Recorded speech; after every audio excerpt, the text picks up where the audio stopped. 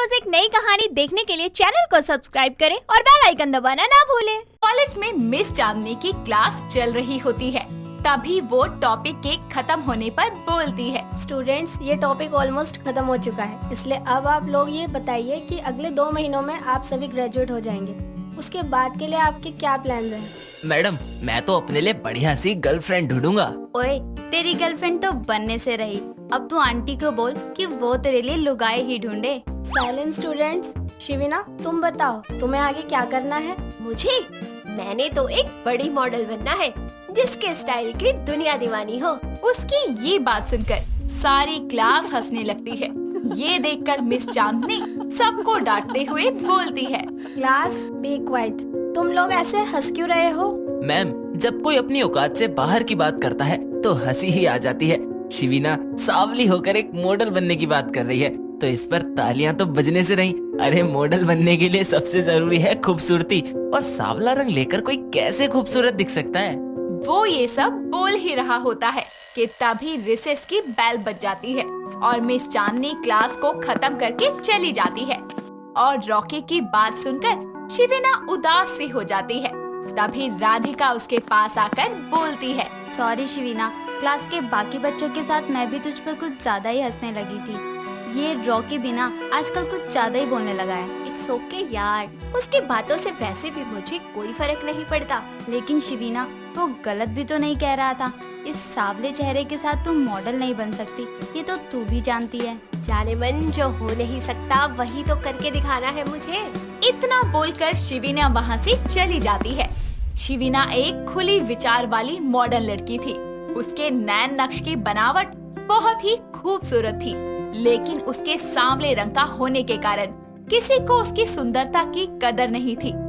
जब भी वो किसी को बताती कि वो एक मॉडल बनना चाहती है, सभी लोग बस उसका मजाक बनाया करते थे। लेकिन इतना मजाक बनने के बाद भी उसे जैसे इन सब बातों की आदत हो चुकी थी। कॉलेज खत्म होने के बाद अपने मॉडल बनने की सपने को लेकर वो मुंबई में अपने मामा के घर जाती है। एक दिन उसे पता चलता है कि सुपर मॉडल शो के ऑडिशन होने वाले हैं, जिसके लिए वो कुछ कपड़ों की शॉपिंग करती है और उन्हें ट्राई करके देखती है। तभी उसकी मामी मनीषा उसके कमरे में आकर उससे बोलती है, वाह शिविना, तू तो इन कपड़ों में बहुत अच्छी लग रही है। थैंक यू मामी।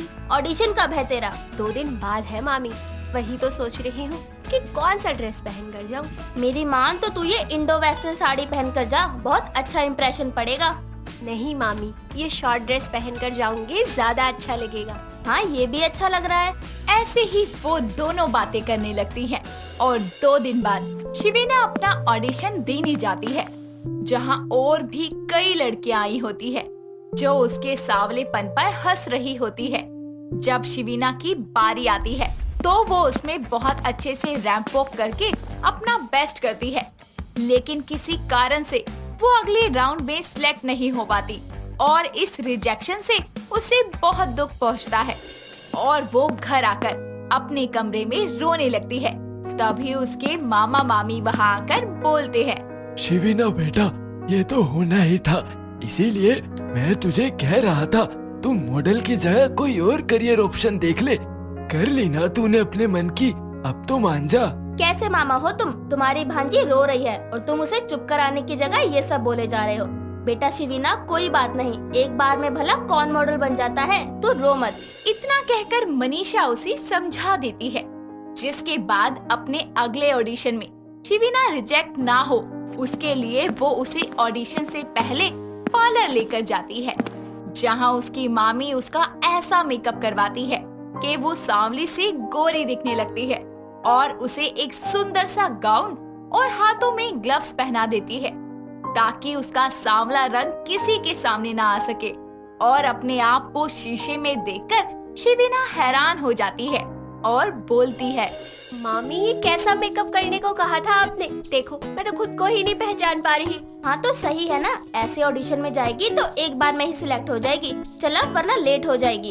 इतना बोलकर वो उसे ऑडिशन के वेन्यू पर लेकर जाती है, जहाँ गर्मी के मारे उसे इतने पसीने आते हैं कि उसका सारा मेकअप पसीने में बह जाता है और उसका फेस कहीं से वाइट तो कहीं से काला दिखने लगता है, जिसके कारण सब उसे देखकर उसका मजाक बनाते हैं।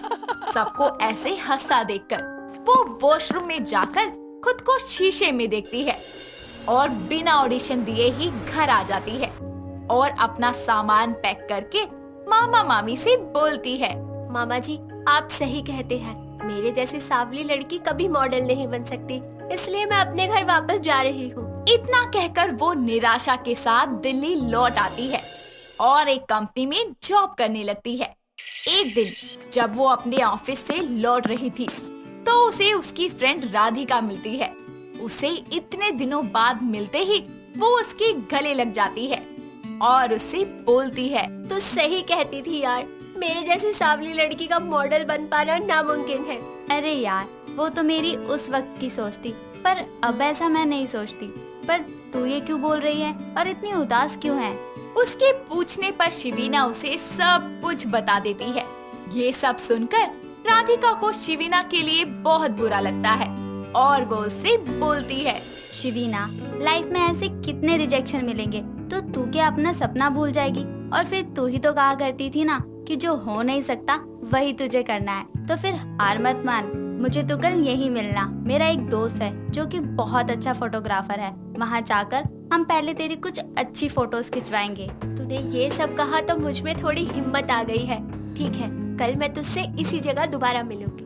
इतना कहकर वो दोनों अपने अपने रास्ते चली जाती है और अगले दिन राधिका उसे अपने फोटोग्राफर फ्रेंड के पास ले जाती है, जो शिवीना की बहुत अच्छी तस्वीरें खींचता है और उन्हीं में से कुछ पिक्स राधिका शिवीना के इंस्टा प्रोफाइल पर डाल देती है, जिसके कारण उसकी पिक वायरल हो जाती है और लोग उसके सांवले रंग के होने के बावजूद भी उसकी काफी तारीफ करते हैं, जिसके कारण सब उसे सांवली ब्यूटी कहकर बुलाने लगते हैं।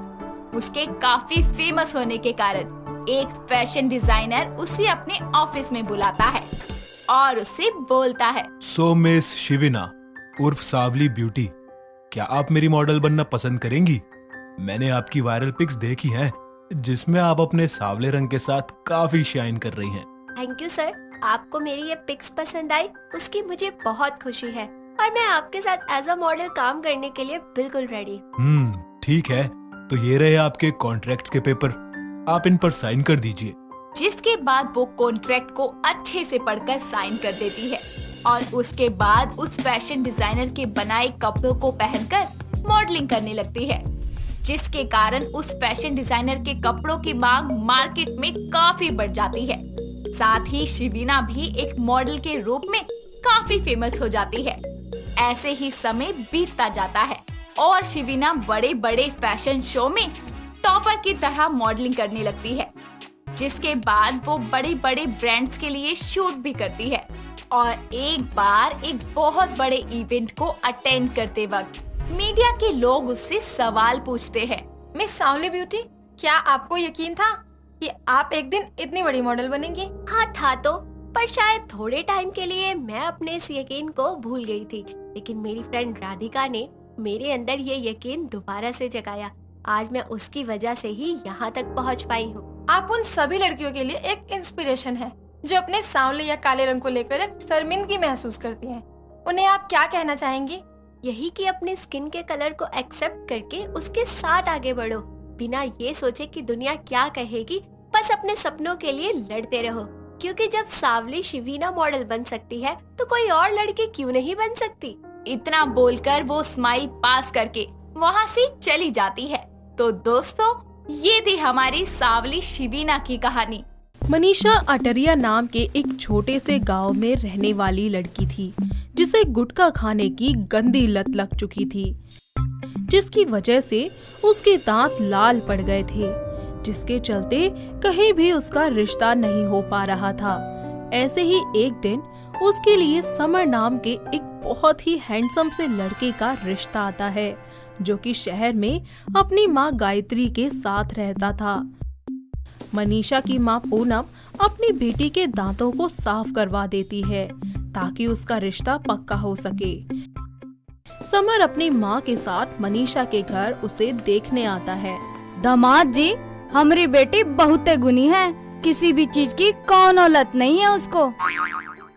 जी मैं कुछ समझी नहीं, की कहा तुसे? अब जी वो मैं ये कह रही थी कि इसको खराटे लेने की लत नहीं है। वो होती है ना कुछ लड़कियां खराटा लेती रहती हैं। ओह बहन जी, कितना दिया गल्ला कर रहे हो? खराटे मारना भी कोई बुरी आदत है? खराटे तो मैं भी मार दिया। हाँ आंटी जी, माँ के कहने का वही मतलब था। और आपने मेरे दांत देखे कितने सफेद है। देखो। हाँ हाँ ठीक है, पर हुन तो आंटी नहीं, मैं तेरी होने वाली सासू माँ हूँ। ता हुन तो मैनू ना सिर्फ मम्मी जी ही कहना, और मेरे वल्लों ए रिश्ता पक्का। इस तरह मनीषा और समर का रिश्ता पक्का हो जाता है और कुछ ही दिनों बाद बड़ी ही धूमधाम से उन दोनों की शादी हो जाती है। शादी के बाद सब कुछ बहुत ही अच्छा चलता है, लेकिन एक दिन मनीषा को गुटखा खाने की बेचैनी होने लगती है, जिसकी वजह से वो दुकान से कई सारे गुटखे के पैकेट छुपाकर घर ले आती है। और जब भी उसका गुटखा खाने का मन करता है, वो एक पैकेट निकाल कर खा लेती। ऐसे ही एक दिन जब समर बेड के नीचे से अपनी चप्पल निकाल रहा होता है, तभी उसके हाथ गुटखे का पैकेट लग जाता है। समर उस पैकेट को लेकर हॉल में जाता है और सभी को आवाज लगाता है। माँ, मनीषा, क्या है सब? की हो या पुत्र? ये देखो गुटखे का पैकेट। अरे ये मेरे कमरे में कहाँ से आया? हाय हाय, छी छी, एक ही है, दूर कर इसनु मेरे तो। इस सब को देखकर मनीषा बहुत ज्यादा घबरा जाती है, लेकिन अपनी चालाकी का इस्तेमाल करते हुए कहती है, माँ जी मुझे लगता है ये ना इन्हीं के हैं। भला घर में तो बस हम दो औरतें रहती हैं और हम दोनों ये सब खाएंगी? आई है, कभी नहीं। क्या बकवास है ये सब? अरे मैं खाऊंगा क्या, तुम्हें लाकर दिखाऊंगा।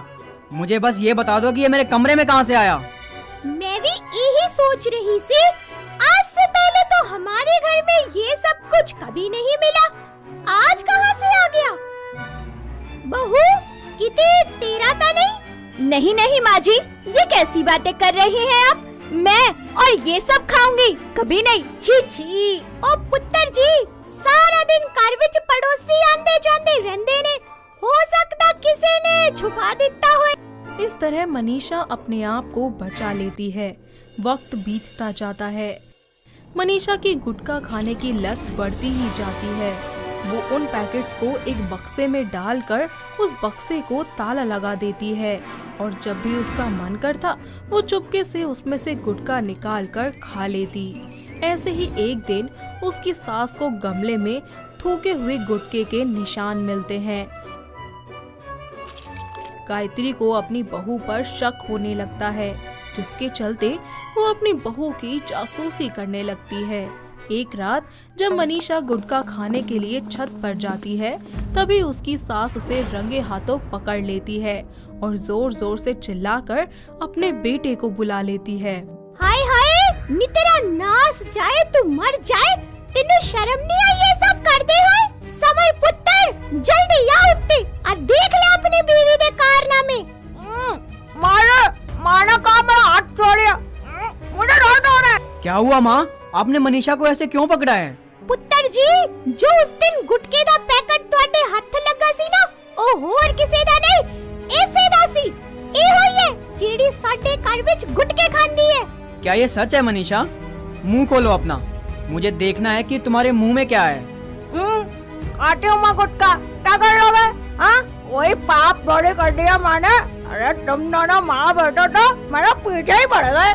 सुभान ता देखो, कितना कैंची वांगू चिल्लाती है। अरे बाबा देखो, गुटखा खाने से कई तरह की बीमारियां होती हैं, और ये एक नशे का पदार्थ है जो तुम्हारे दिमाग का संतुलन खराब कर सकता है, समझी तुम?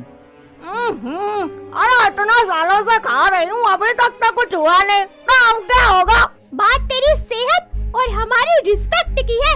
सारे मोहल्ले वाले साडे उत्ते हंसणगे जदों किसी नू पता लग गया कि तू गुटके खानी है।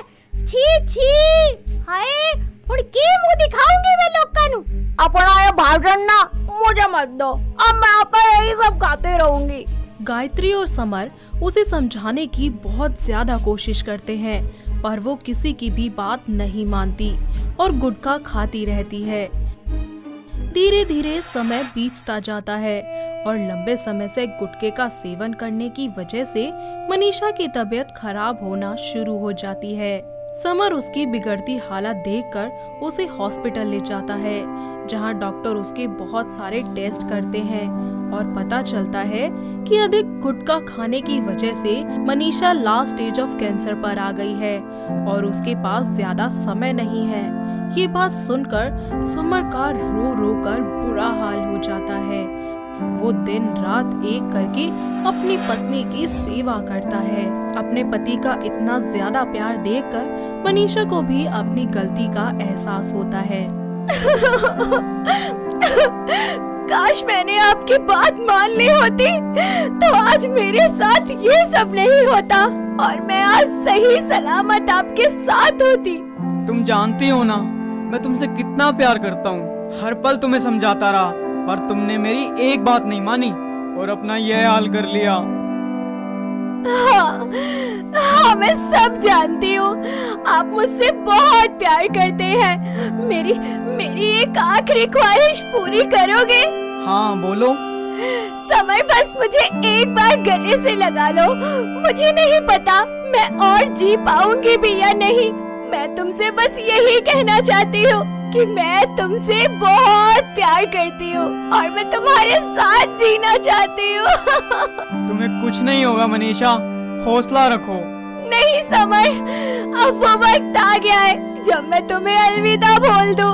मुझे माफ कर देना, मैं कभी एक अच्छी पत्नी नहीं बन पाई। I love you summer and I'm sorry। इतना कहकर मनीषा वहीं अपना दम तोड़ देती है। सभी परिवार वाले उसके पार्थिव शरीर का अंतिम संस्कार कर देते हैं।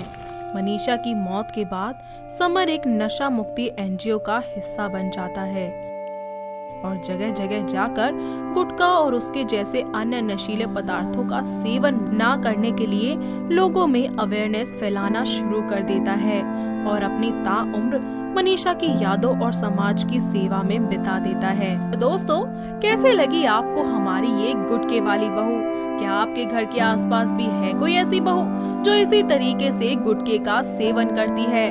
और आपको हमारी इस कहानी से ये तो पता चल ही गया होगा कि गुटखा हमारी सेहत के लिए कितना ज्यादा हानिकारक है। अगर कोई ऐसी बहू आपके घर के आसपास है तो हमें कमेंट करके जरूर बताएं। दोस्तों, अगर आपको ये कहानी पसंद आई तो इसे लाइक करें, शेयर करें और कमेंट करके बताएं कि कहानी में आपको सबसे अच्छा क्या लगा।